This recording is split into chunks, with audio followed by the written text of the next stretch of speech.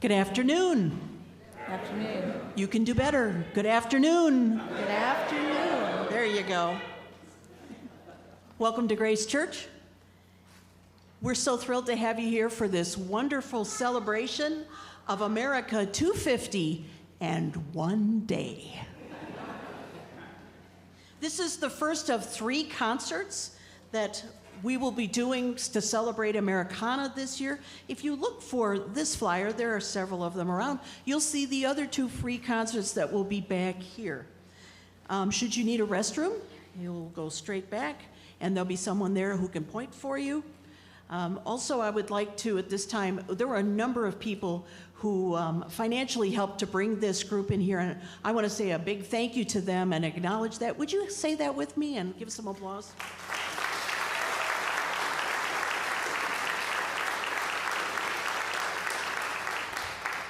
Following the concert, we'll have some light refreshments downstairs. There's an elevator if you need one. Someone will help you find that. And the band is going to have some of the instruments for show and tell. You can come up and ask some questions. I think I've got everything that I am supposed to say. And without further ado, here's the 1st Brigade Band. Thank you.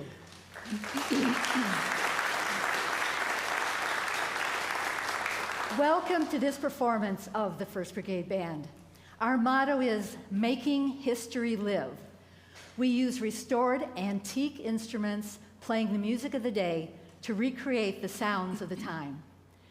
When combined with letters and diaries, we can reach out to a modern audience to tell our nation's story.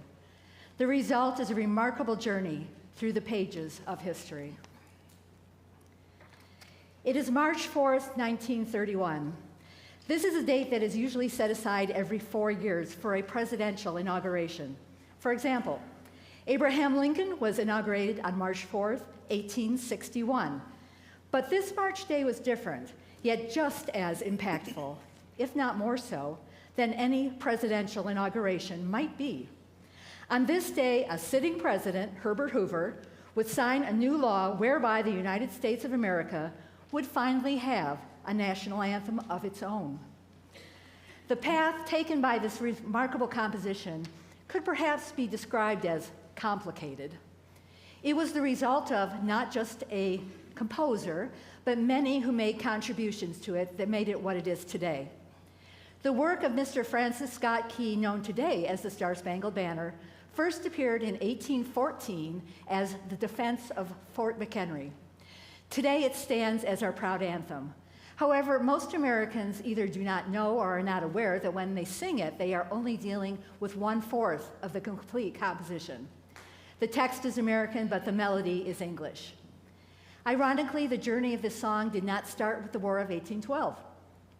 This song celebrated our nation's victory in its first foreign war.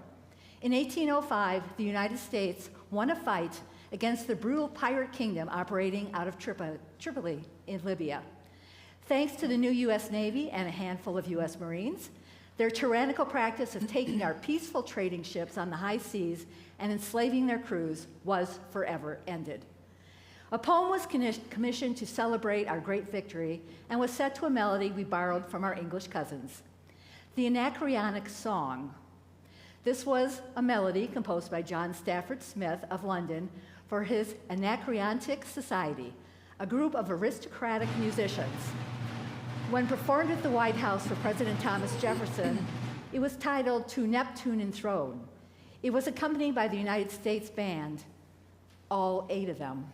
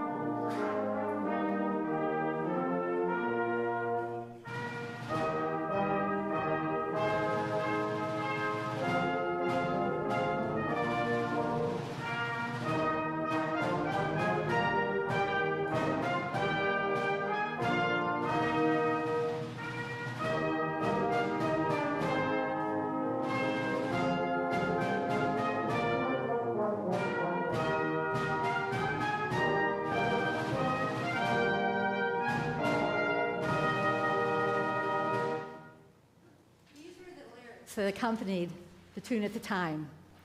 To Neptune enthroned as he governed the sea, from my high-favored land, I dispatched a petition that he, its protector and patron, would be. When this charter arrived without let or condition, navigation and trade, no more be afraid. The ocean is yours, and I'll lend you my aid. Besides, I will instruct you, like me, to entwine the fruits of fair commerce round liberty's shrine. Of all of our founding fathers, Jefferson was a real musician, very proficient in playing the violin. While he appreciated the meaning of the text, he was less than enthusiastic about the tune. To quote Mr. Jefferson, "The melody is poorly constructed and lacks musical value. I think this will be the last of it. We can presume it will never be heard from again." Now, while we revere and admire the words and achievements of Mr. Jefferson, I think you will agree that perhaps he could have made a mistake about this one. Please stand if you wish to, and if you are able to, for this version of the Star-Spangled Banner.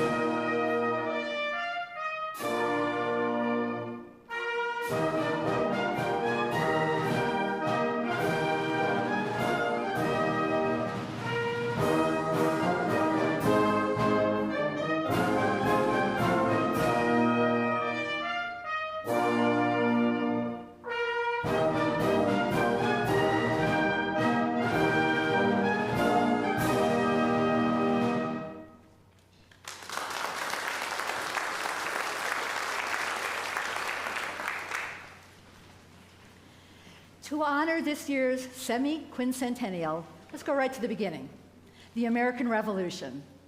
When our nation began, we had no music of our own, so we borrowed from our English cousins. That's right, the very people with whom we had just fought a war. We're going to start with Yankee Doodle.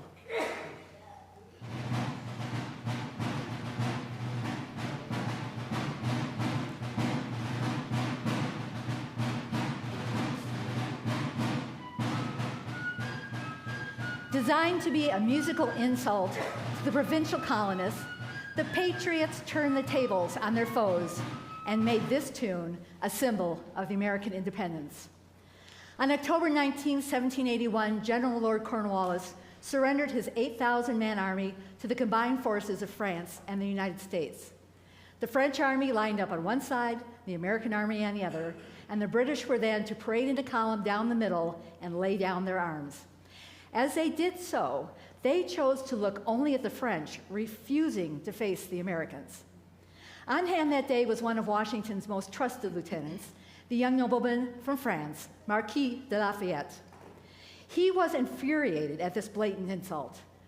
Spurring his horse to the nearest fife-corps, he thundered for all to hear, "Play the Yankee Doodle." Sensing the moment, they didn't just play the tune, they thundered it. Suddenly, thousands of redcoats turned to the American line to see what was happening. Now, they properly faced their conquerors as they threw down their arms and surrendered their colors. With a simple act of musical defiance, Yankee Doodle became not only the victory song of the Revolution, but became the first tune to be enshrined in the hearts of the new American nation.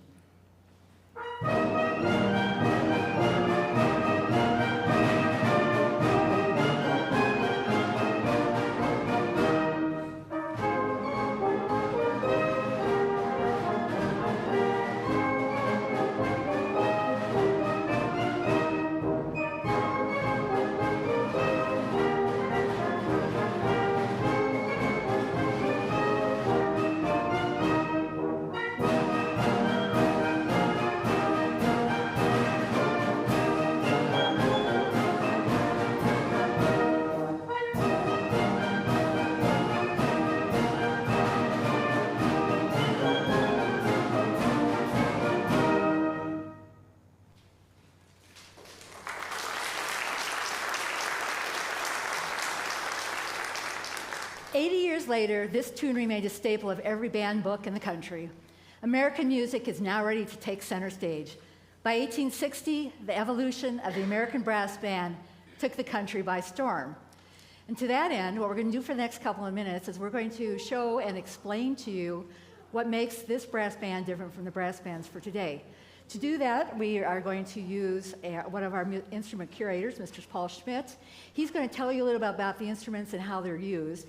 And then afterwards, I'm going to introduce a tune that features every single section of the band, so you can hear what they all sound like by themselves. And then there's a quiz. Joking. Mr. Paul Schmidt. Thank you, Ms. Kate. Well, the band you see before you is unusual, and I'm here to say a few words about how it's unusual. First off, to get it out of the way, this is an E-flat brass band. What does that mean? It means that there are E-flat pitched instruments playing the melody more often than B-flat pitched instruments like you'd normally have in a band these days. So that's out of the way. The next thing, which I think is much more important, is the type of brass instruments that are here. These are all, again, the brass instruments I'm talking about, they're all a type that you don't see much anymore. It's a family of the brass called sax horns. If that sounds suspiciously like saxophones, it's because it's named after the same guy. In the period of the Civil War, if you had a brass band, civilian or military, it was a sax horn band. All the instruments were in that branch of the family. They have a sound which is not as bright as trumpets and trombones, not as dark as tubas and euphoniums, sort of in the middle. These days we prefer a more diverse sound, so back then they wanted a more uniform sound. Now, they come in alternating pitches, just like saxophones. We have E-flat instruments. All of the E-flats up, please, this time. And then B-flat instruments. So it alternates back and forth. And now, to keep the band on their toes, E-flat cornets, just the E-flat cornets. Then B-flat cornets. Then E-flat altos. Then a double, we have B-flat tenors and B-flat baritones. And then finally, our largest brass instruments, the E-flat basses. They look a lot like tubas, but actually they're much smaller than tubas. Then we also, before I forget them, we have instruments that are not brass instruments. We have woodwinds, we have a clarinet, and we have a piccolo, right? And a flute, yes. And we also have our battery of percussion. We have cymbals, a snare drum, 2 snare drums, and a bass drum. And these drums are rope tension with calfskin heads, and they're not very tight, so they have more of a rumble than a hard percussive sound to them. Yes. Now, back to the shapes of the instruments, since everybody is curious about the shapes. We have instruments back here in the band, which are bell front instruments. They're just like modern trumpets and things like that. And then we have bell up instruments. In modern bands, if it's a bell up, it's a tuba or a euphonium, but we have them in different sizes. Then we have the cavalry instruments, the ones they would wear on them if they were mounted on horseback for the cavalry bands. So you have circular instruments. Now that E-flat alto is obviously too small to be worn around the body, but they still stuck with the same shape so it matched the rest of the instruments. And we also, Nancy, did you hold yours up already? That's sort of a circular instrument. It's also sort of a bell-up instrument. I didn't want to neglect it. And then finally, the kind which is most associated with the Civil War, and that's the over-the-shoulder configuration. This predated the Civil War, but did not become popular until the Civil War, when suddenly there was a big need in military bands for them. In those days, if the troops are marching to battle, the band would be in the front of the column of troops, and you wanted the sound to go backwards to entertain the good guys and not to entertain the enemy that's waiting down the road. So with that, I think I've covered everything I'm going to say. And Kate, you have something to say on the next piece. I certainly do. You might have noticed that Bandmaster Condon is tired already and he has sat down. So he's turned the baton over to our assistant bandmaster, Faye Munson. She'll take you through the next tune, which is the Battle Hymn of the Republic. The Battle Hymn of the Republic is usually attributed to Julia Ward Howe, but as is typical, there is much more to the story. Rising from the swamps of South Carolina came a folk tune that captured the hearts of all who listened.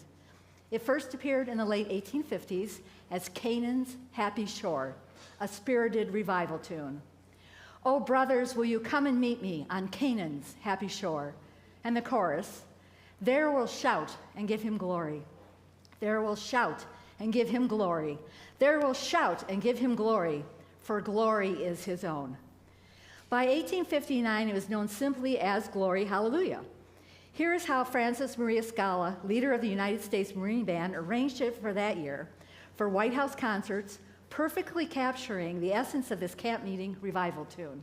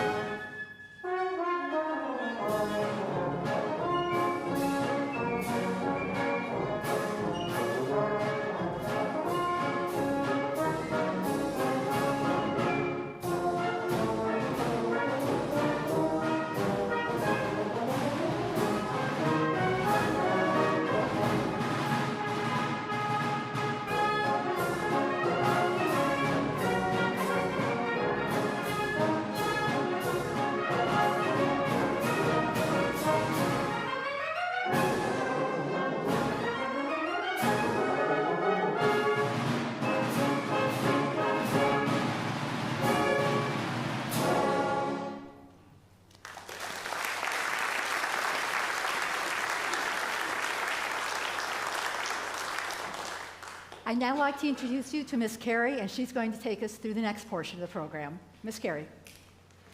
Who was in the audience? For a band from a town that most folks had never heard about, a national audience seemed to be an unimaginable goal. All they really wanted to do was just play for the home folks. By 1858, this Wisconsin ensemble, barely a year old and largely self-taught, had made impressive progress for such a short time. Yet in that year, they were suddenly thrust into the pages of history. The next 8 years, you would find them performing for a most impressive audience. This would include 3 future and current U.S. presidents, Abraham Lincoln, Andrew Johnson, and Ulysses S. Grant, presidential cabinet members, members of Congress, and an impressive array of Army generals who engineered the Union victory. During this time, they would wear 3 hats as the Broadhead Brass Band, the 3rd Wisconsin Regimental Band, and finally as the 1st Brigade Band. Today, we want to peel back the curtain on just a few of those historic personalities with what we call Who Heard the Music? We now play Red, White, and Blue.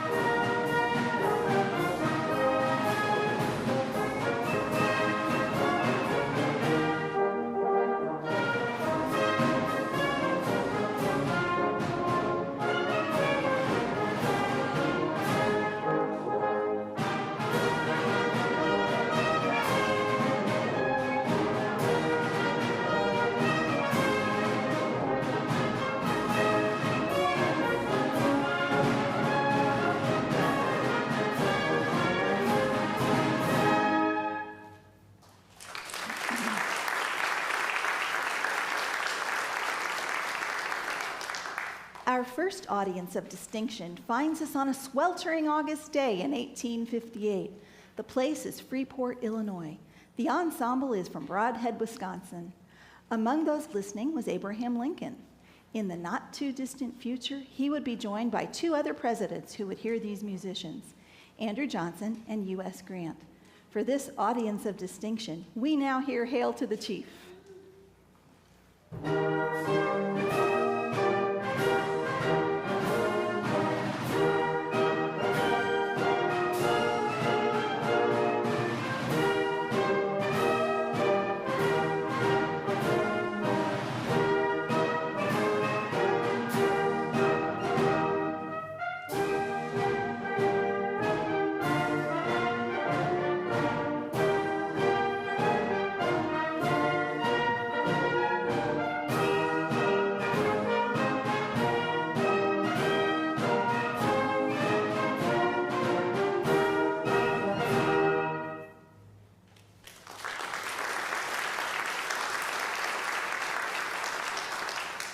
Edwin Oscar Kimberly, cornet player and future band leader, composed our next selection as a dedication piece to the commander of the 3rd Wisconsin Infantry.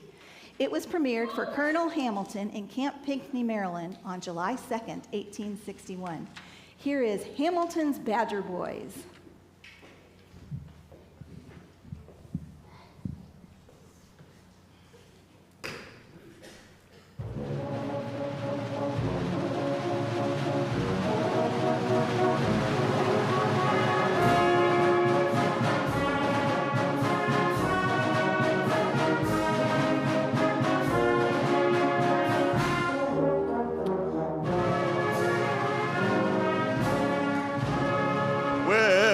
Hamilton's Badger Boys, and hither we've come from woody Wisconsin, our dearly loved home, to fight for the Union, to conquer or die, and to raise in the full land our wild battle cry. March away, away, away, our hearts pounding high. March away, away, away, our hearts pounding high. For Hamilton's Badger Boys must conquer all or die. For Hamilton's Badger Boys must conquer or die.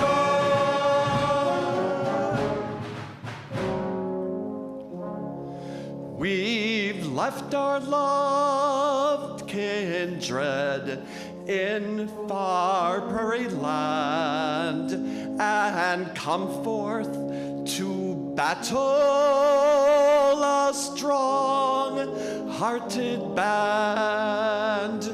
We could never remain in our homes afar when honor and country called us to war. March away, away, away, our hearts pounding high. March away, away, away, our hearts pounding high. For Hamilton's Badger Boys must conquer all or die. For Hamilton's Badger Boys must conquer or die.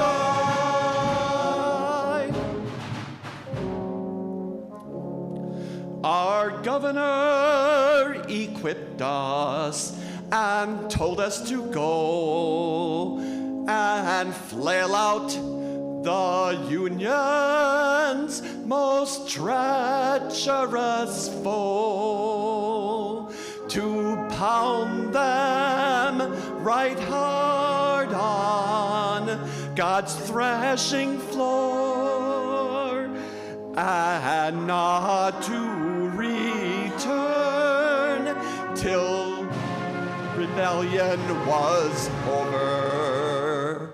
March away, away, away, our hearts pounding high. March away, away, away, our hearts pounding high. For Hamilton's Badger boys must conquer all or die. For Hamilton's Badger boys must conquer or die. Or die.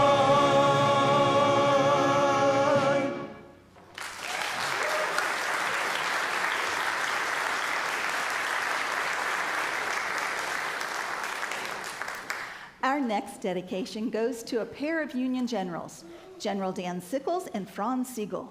Sickles was a corps commander at Gettysburg when on the second day of the battle, he fell victim to a cannonball that mangled his right leg. He survived and continued to serve through the end of the war. Franz Sigel was a former Prussian officer, as well as a teacher, newspaperman, politician, and Union Army general. His ability to attract German immigrant recruits in the Army was highly prized. As members of our audience of historic personalities, we present 1st Regiment Quickstep from the Germania Band.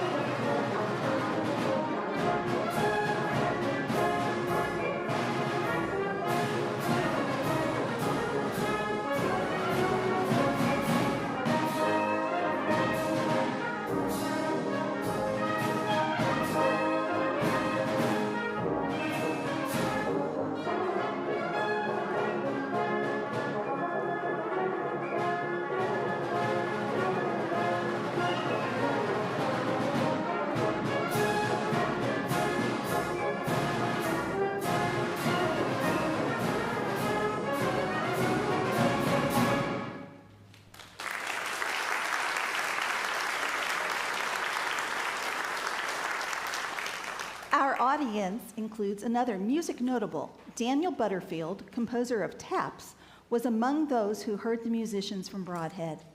We respectfully offer this next selection as a fitting tribute to a man of music who brought his plaintive bugle sounds to float over the souls lost in conflict. To honor the composer of Taps, we bring you Near the Lake.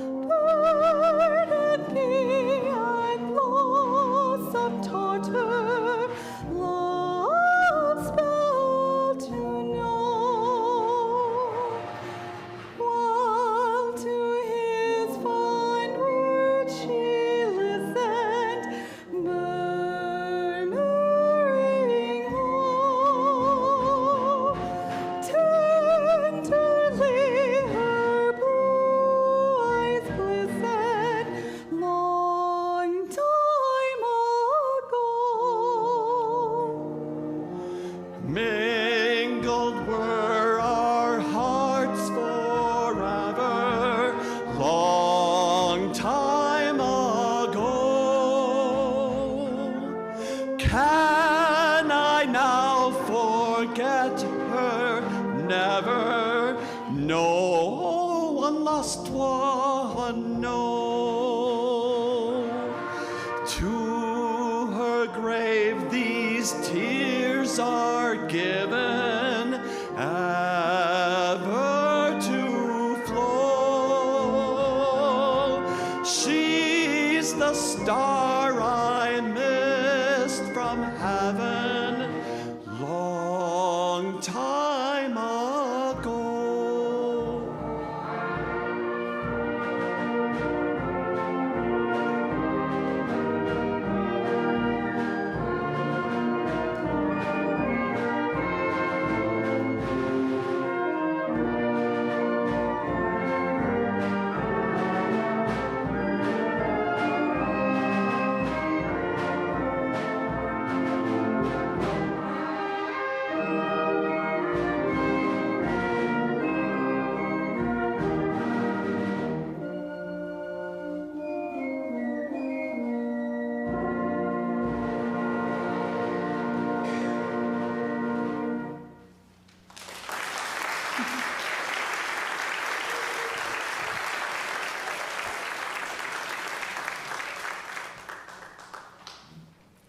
Henry Hunt was Chief of Artillery in the Army of the Potomac.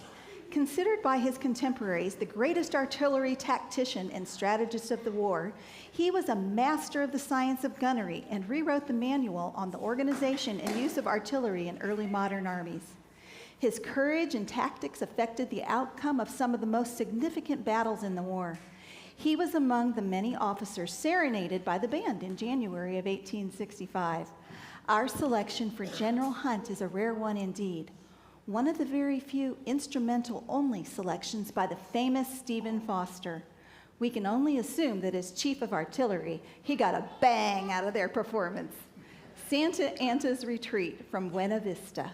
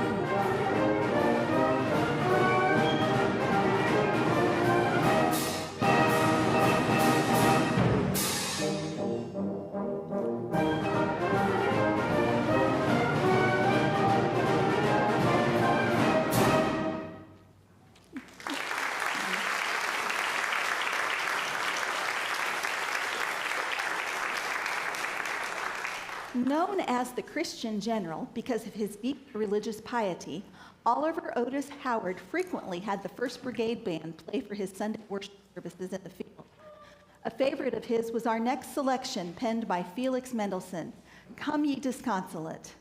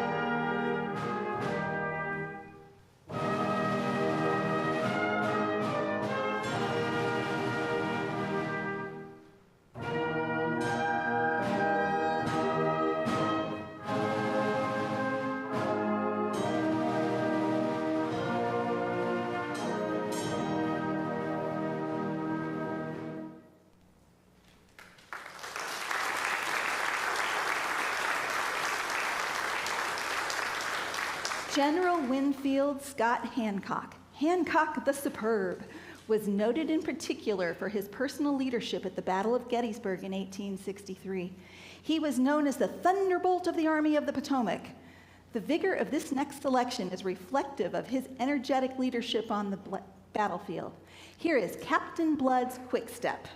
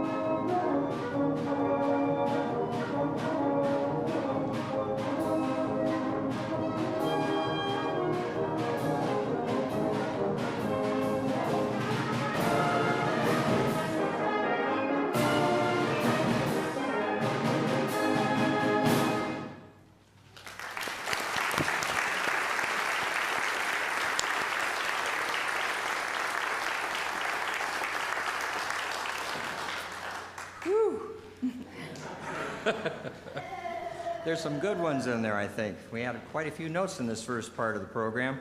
I just wanted to make sure I could make mention of the importance of saying thank you to a lot of the people up here.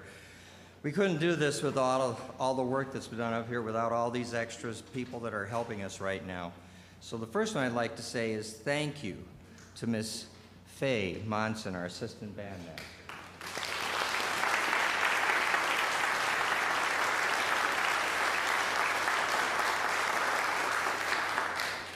Second, I'd like to work with the wonderful ladies and the gentlemen that are working with our vocals. Could you stand if you had a vocal, please? Dan over here. Carrie. And our narration is superb. Thank you, Miss Kate. That's wonderful.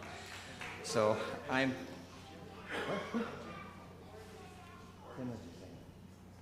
and the gentlemen that were up here were definitely, I'm going to make sure that Ward gets mentioned now. This is Ward over here. That's Kate's better half. She's the better half for him. So that's good. And then back over the other way, we had Steve up there on the top.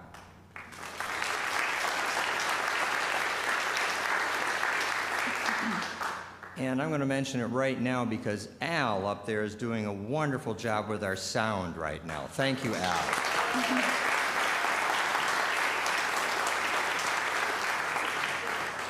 skip anybody? Who? Oh. Maybe I should mention Pat over here for helping introduce us too. Thank you, Pat. As you can see, at my particular stage of life, I rely upon other people for my memory. So with that saying, I'm going to give us all a little break, give them a little break for about 10 minutes. We'll come back. I'm pretty sure some of them may come down into your area. If you want to talk to them about their instruments, feel free. We'll be here afterwards as well to talk. And we're going to come back to an interesting program. I can see it in front of me. I know you can see it on yours too. We're going to have some more fun music for you. That's obviously, as we've done our patriotic, and we're going to have some more fun in the second part. Yeah, but I'll talk about Tim there. He hasn't done it yet, so that's good. Thanks much. We'll see you in about 10 minutes. You'll hear our snare drum.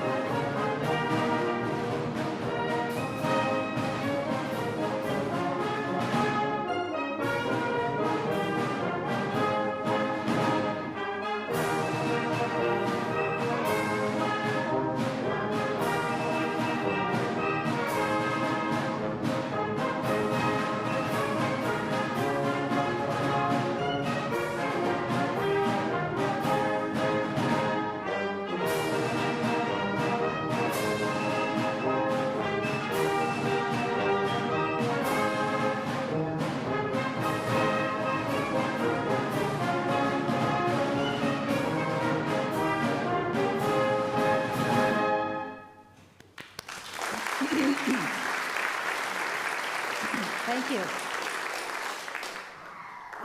Paul said he had a few questions during the break. Are these really antique instruments? Yes, they are. They're over 160 years old, and they make them play. Take that, Marine Band. I also like to expand on something John said a little bit earlier. Music, any of you who play music, you know it's a dedicated hobby. It takes you a lot of time. And so many of us who joined the band eventually end up bringing our family with us because it's just easier.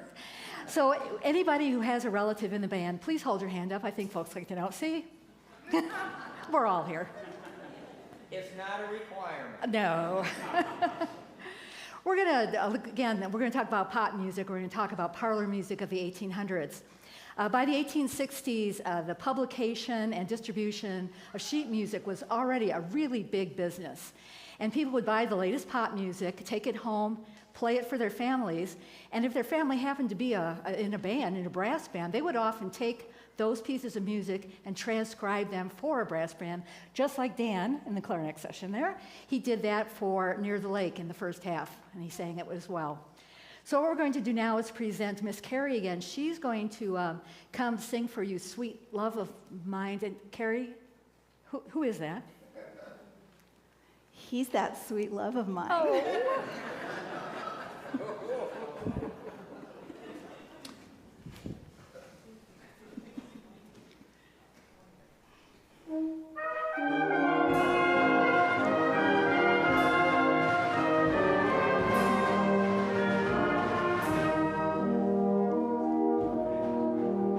Sweet love of mine, my soul and thine are linked by hidden chains. My life with thine will intertwine while life itself remains.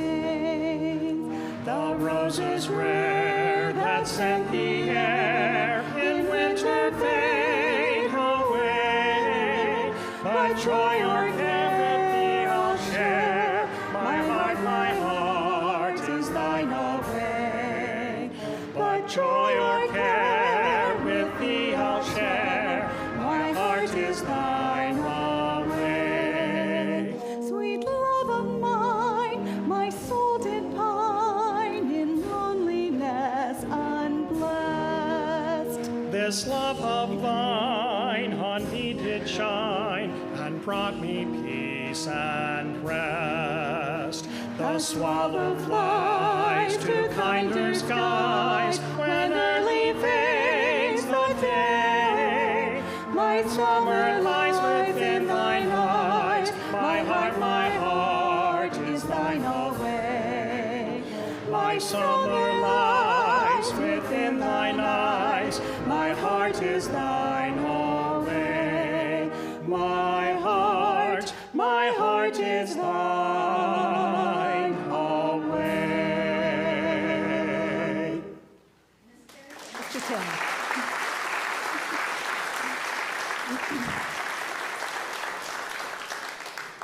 Each year for decades now, we have sponsored ourselves in our very own Harvest Ball in the fall, of course. I think we started at the Wisconsin Club in Milwaukee, right? Decades ago. We moved to Memorial Hall in Racine for several years. We moved to Turner Hall in Watertown. And guess what? This year we're going back to Memorial Hall in Racine. Our ball will be Saturday, October 17th at 7:30. I think your programs have an insert in them. It'll start at 7 o'clock, but we do offer dance lessons starting at 6:15, and it's not required that you dress in formal wear like this. Just nice. For an example of some of that music, we are now going to play the Polonaise Medley.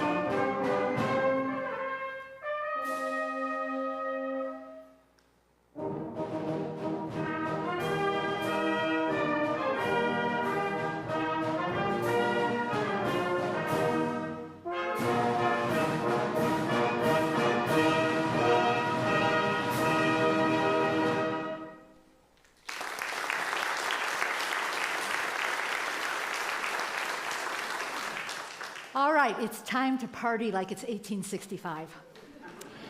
Group dances such as the quadrille and the polonaise dominated the 18th century ballroom.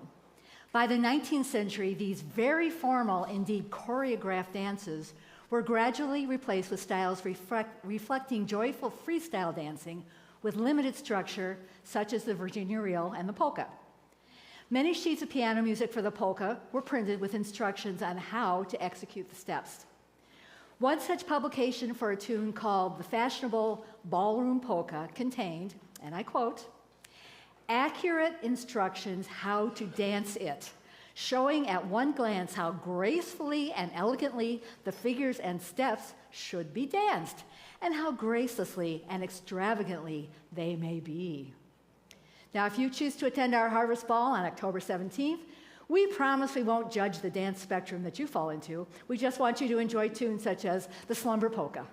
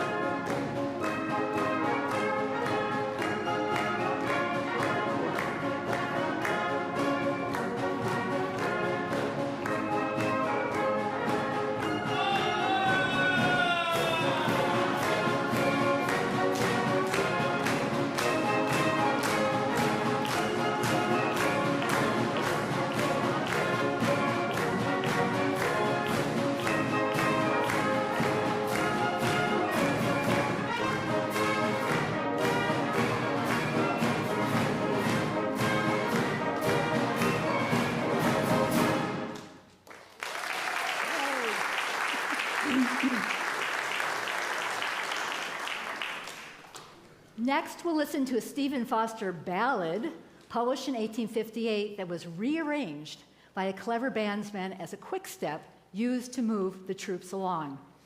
It also makes dandy dance music as a two-step. Foster liked to write about women. I have found references that list Foster's songs that the woman in Foster's songs that the woman in this song is either called Lulu or Lula.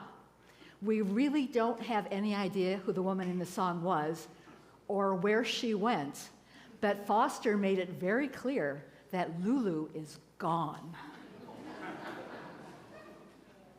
I really like that. That's a wonderful description of Lulu. I think you need to know that just like we had soloists early in, I think you should notice that we have a soli section that's going to occur in this piece. I want them to stand first so you make sure that you know that they're. Yeah. Could I have the E-flat basses stand where you are? Okay. Now, they have a definite role in this piece. It's huge. Sure It's huge. that you'll appreciate their effort.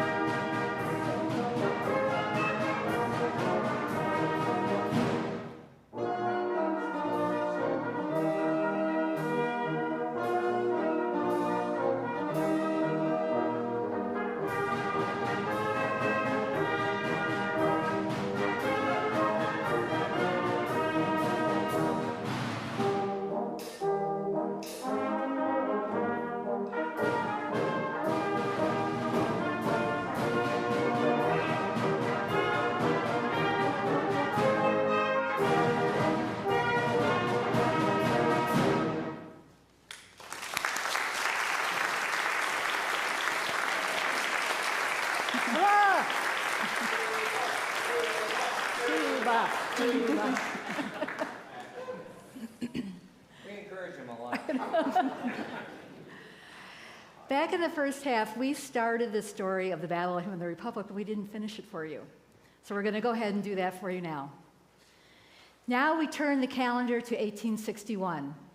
Southern rebellion had broken out, and all over the North, men are swarming to enlist. In the ranks of the 2nd Massachusetts, there is a jovial Scotsman named John Brown. It was indeed a coincidence that he had the same name as the martyr of Harper's Ferry. His fellow soldiers mocked and teased him for always being late for morning drill. It went, "Come, old fellow, you ought to be at it if you are going to help us free the slaves." Or, "This can't be John Brown. Why, John Brown is dead." And then someone would add in a solemn tone, "Yes, yes, poor old John Brown is dead. His body lies moldering in the grave."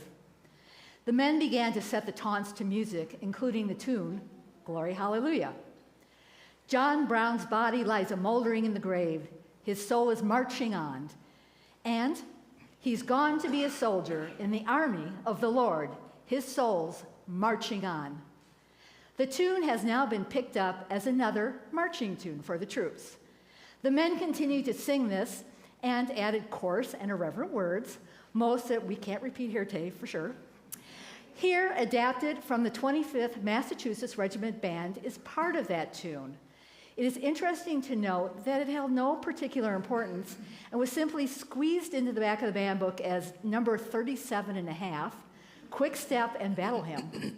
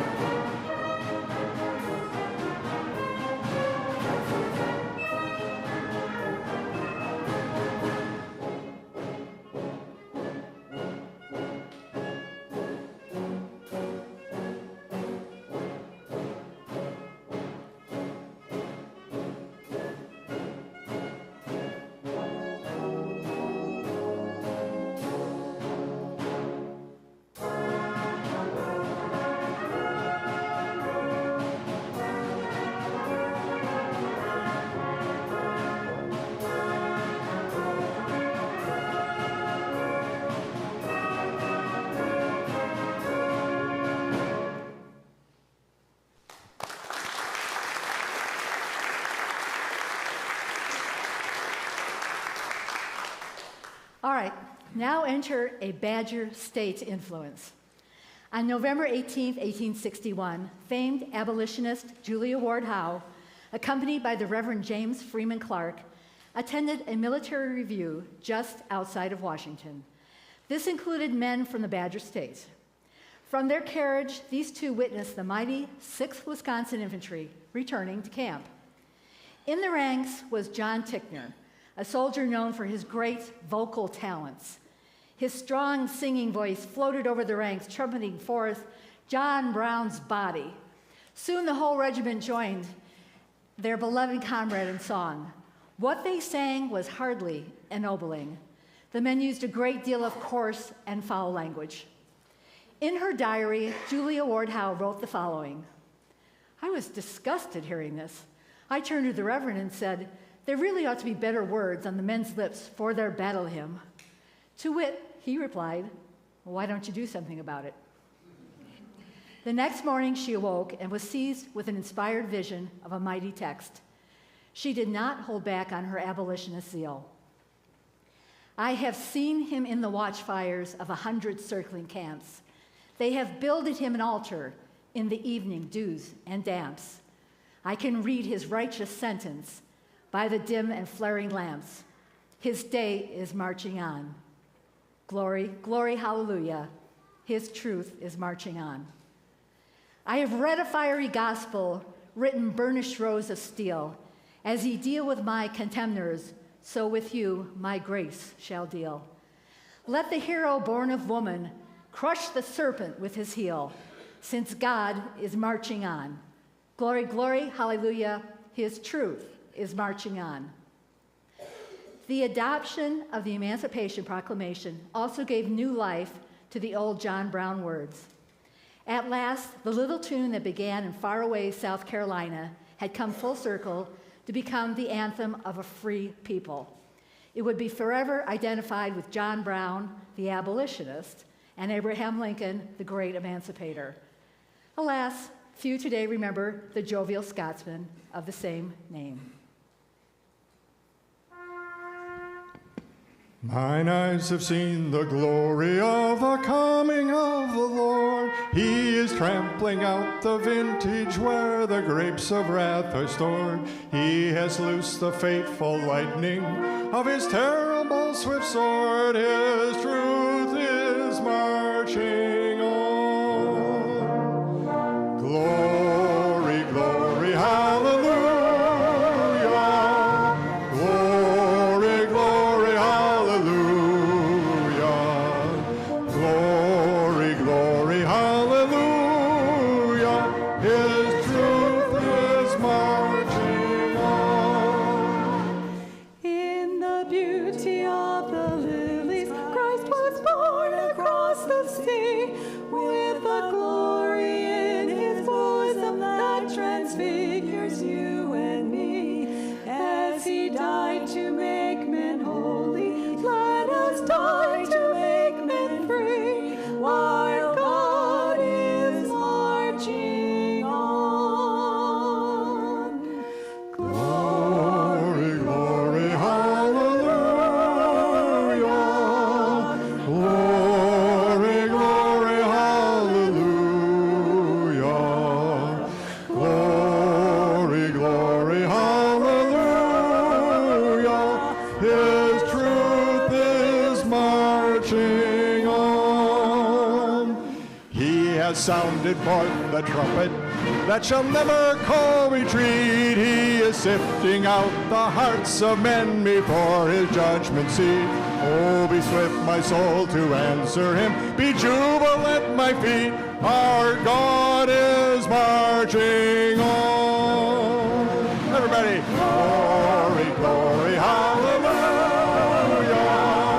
Glory, glory, hallelujah. Glory, glory, hallelujah. His truth is marching on.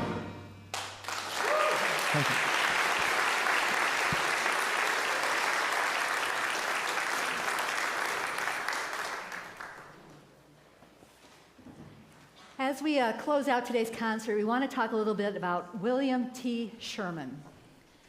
Sherman served under General Ulysses S. Grant in 1862 and 1863 during campaigns that led to the fall of Vicksburg and culminated with the routing of the Confederate armies in the state of Tennessee. In 1864, Sherman succeeded Grant as the Union commander in the Western theater of the war. He proceeded to lead his troops to the capture of the city of Atlanta, a success that contributed to the re-election of President Abraham Lincoln. His march through Georgia and the Carolinas further undermined the Confederacy's ability to continue fighting. He accepted the surrender of all the Confederate armies in the Carolinas, Georgia, and Florida in April of 1865. He heard the band a number of times in North Carolina and in Washington, D.C.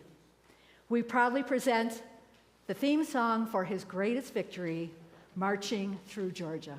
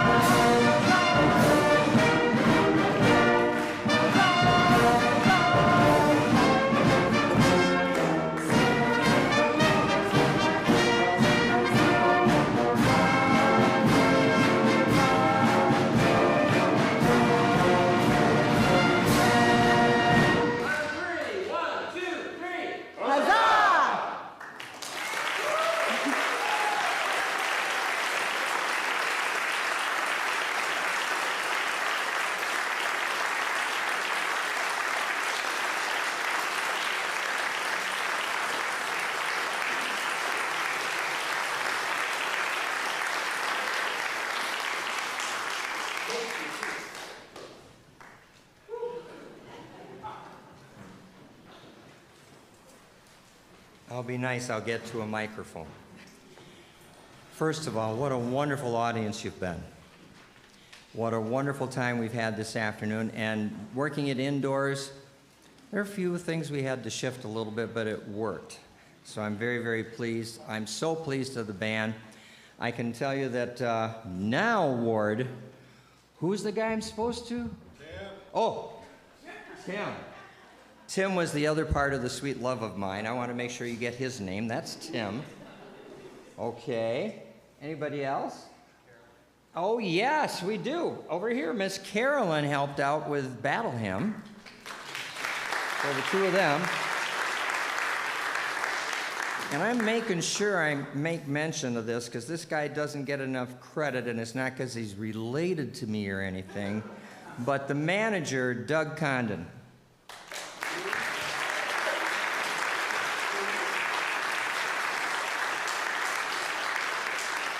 He's the guy that makes all the details happen before, during, and after. That's just and keeps, yeah, definitely. Elsa, you need to get credit for keeping him here. So Elsa, you did a great job too. The other half, Elsa Condon. I can say there's another half of mine, Sue Condon. She keeps us going. And for the fun of it, let's see how many couples in the band are there that met in the band.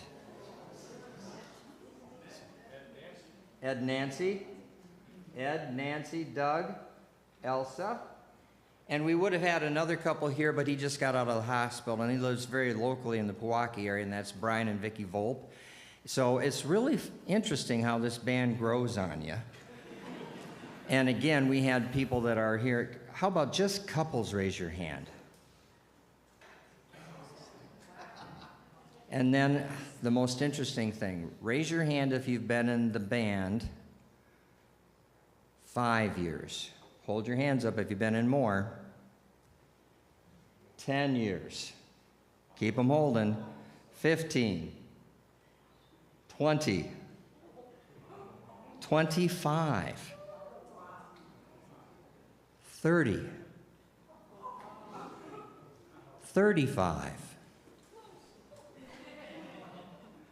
This is where it starts getting thin. Let's try it at a single. 36. 37. 38. I still have a hand. 39. Lowell, you're still there. 40. 41. 42. 43. 44, I feel like an auctioneer. 45, 46, 47, 48, and the winner is 49, 50. 50 years.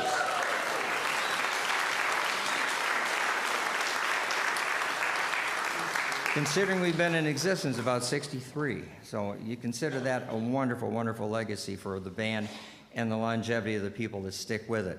Our friend Brian Volpe, I believe, is even better than that, isn't he? 57 years, and we're going to let him rest until he gets back. We actually have another person in our that was recently, up until this last year, retired, and she got 60 years in the band. So this band has a lot to be thankful for, a lot to have a lot of friends with. And Dean Pearson back there, I am not going to forget you. Dean, you were in the band for a very long time. How long? 15 years. 15 years. You deserve credit. Who else we got back there? My wife, Nancy. Nancy, thank you. I'm sorry I didn't see you back there. I try not to embarrass unequally.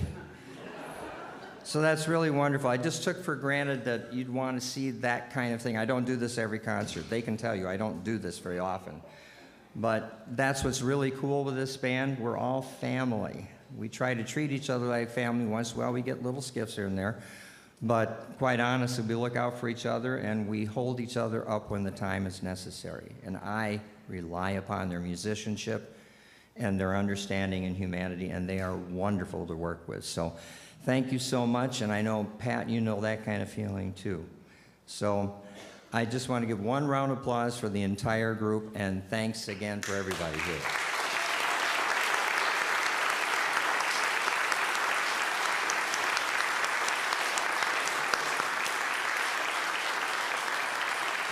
Thanks. This will conclude our program, but again, we're going to come out with a few people in horns, and please ask them questions. They're all antiques, and some of the players too. Thanks.